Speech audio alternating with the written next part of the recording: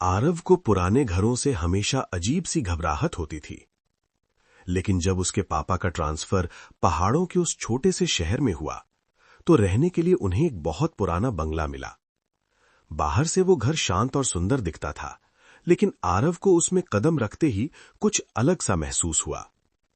घर में सबसे अजीब चीज थी ऊपर की मंजिल पर बना एक कमरा, शीशे वाला कमरा।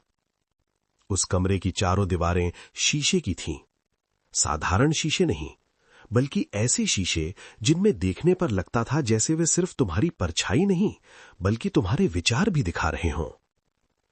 इस कमरे में मत जाना, मकान मालिक ने चाबी देते समय कहा था।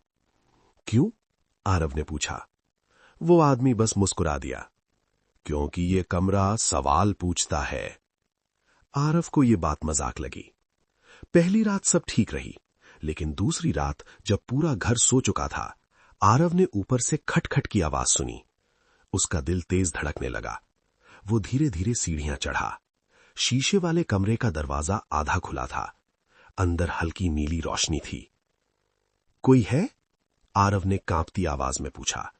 जवाब नहीं आया। हिम्मत करके वो अंदर गया। जैसे ही उसने कदम रखा, दरवाजा अपने आप बंद हो गया। शीशों में उसकी परछाई दिखी, लेकिन सब एक सी नहीं थी।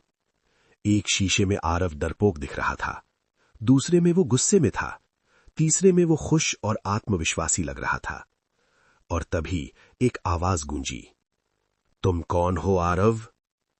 मैं आरव हूं, उसने कहा। नहीं, आवाज बोली।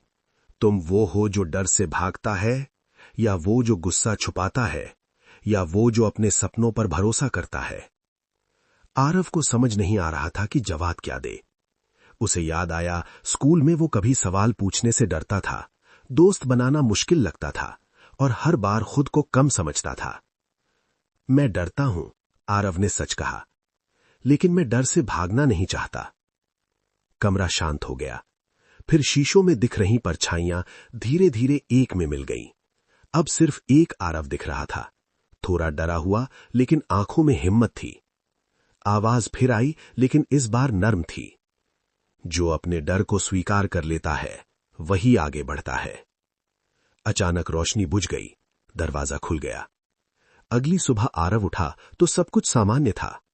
उसने सोचा शायद ये सपना था, लेकिन जब वो स्कूल गया तो कुछ बदला हुआ था। उसने क्लास में हाथ उठाकर सवाल पूछा, नए दोस्त से खुद बात की, और जब उसे मंच पर बोलने का मौका मिला तो दिल तेज धड़का, पर वो रुका नहीं।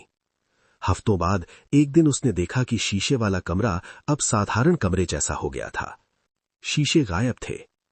मकान मालिक से उसने पूछा, वो कमरा अब? वो मुस्कुराया। जिस दिन कोई खुद को पहचान लेता है, उस दिन कमरे की जरूरत खत्म हो जाती है।